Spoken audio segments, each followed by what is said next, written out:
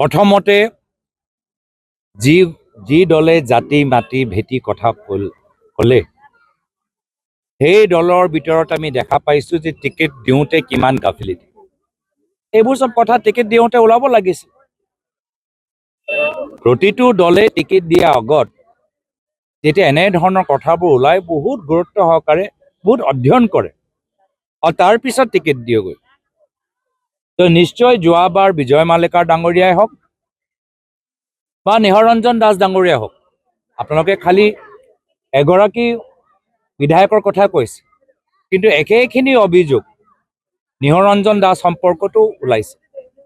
নিহৰঞ্জন দাসৰ সম্পৰ্কত বিজেপি দলৰ জ্যেষ্ঠসকলে এইখিনি কথা কৈছে, কিন্তু আজিৰ তাৰিখত কিবা কাৰণত নিহৰঞ্জন দাস পিছ পৰি গ'ল আৰু বিজয় মালাকাৰ ডাঙৰীয়াৰ নামটো সন্মুখত আহি পৰিছে। ক'ৰবাত বিজেপি দলৰ ভিতৰতে আন্তৰৰ ক'ৰবাত যুদ্ধ লাগিছে নেকি, ভিতৰৰ কিবা যুদ্ধ লাগিছে নেকি, যাৰ ফলত এজনৰ নাম ওলাইছে, দ্বিতীয় নামটো ওলোৱা নাই। দুয়োজনৰ ওপৰতে তদন্ত হওক। ৰাইজে জানিবলৈ বিচাৰে আজি গুৱাহাটী হাইকোৰ্টৰ পৰা এনেকুৱা যেতিয়া অভিযোগ আহিছে, বিজেপি দলৰ জ্যেষ্ঠ মানুহখিনিয়ে এনেধৰণৰ অভিযোগ বিভিন্ন সময়ত দিছে, এতিয়া মুখ্যমন্ত্ৰী কিয় নিমাত?